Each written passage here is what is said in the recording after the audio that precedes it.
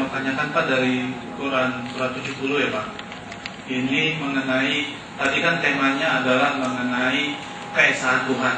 Tapi kita larinya kemana-mana ya Pak, kalau menurut persepsi saya gitu loh. Sementara saya pikir saya mempersiapkan diri dengan tema keesaan gitu. Apa yang saya mau tanyakan, kenapa itu dalam Al-Quran Allah Subhanahu Wa Taala seringkali menyebutkan kata dengan kami dan juga aku.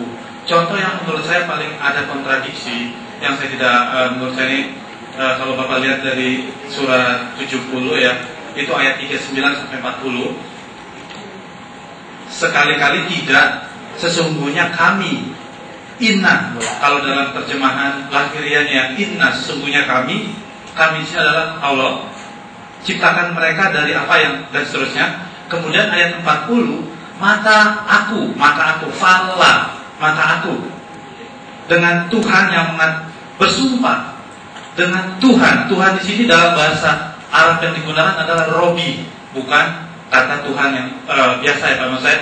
Jadi kenapa di sini aku ini bersumpah dengan Tuhan, Robi?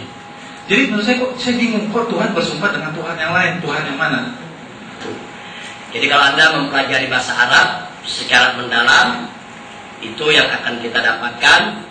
Jadi bahwa nahnu bisa digunakan untuk lebih dari satu, bisa digunakan untuk satu, tapi menunjukkan keagungan dan kebesaran, ta'zim. Jawaban yang kedua masih soal nahnu. Ada yang menarik.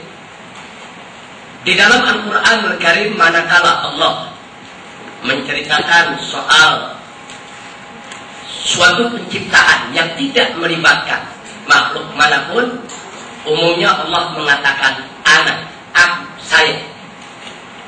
Tapi manakala Allah Subhanahu Wa Taala menceritakan tentang penciptaan sesuatu yang melibatkan oknum lain dalam penciptaan tersebut sebagai proses, Allah sering menggunakan kata nahnu, kami.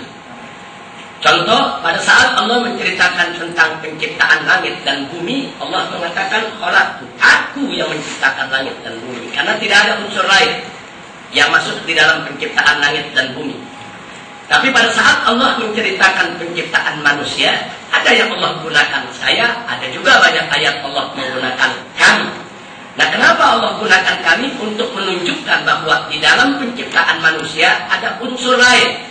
Unsur pertemuan antara ibu dan bapak, unsur pertemuan antara sel telur dengan sperma. Nah, jadi karena ada keterlibatan oknum manusianya di dalam proses penciptaan tersebut, Allah menyatakan kami. Nah, ini banyak kita jumpai dalam penafsiran klasik untuk tafsir Al-Quranul Karim. Jadi itu dua jawaban untuk penggunaan nahnu.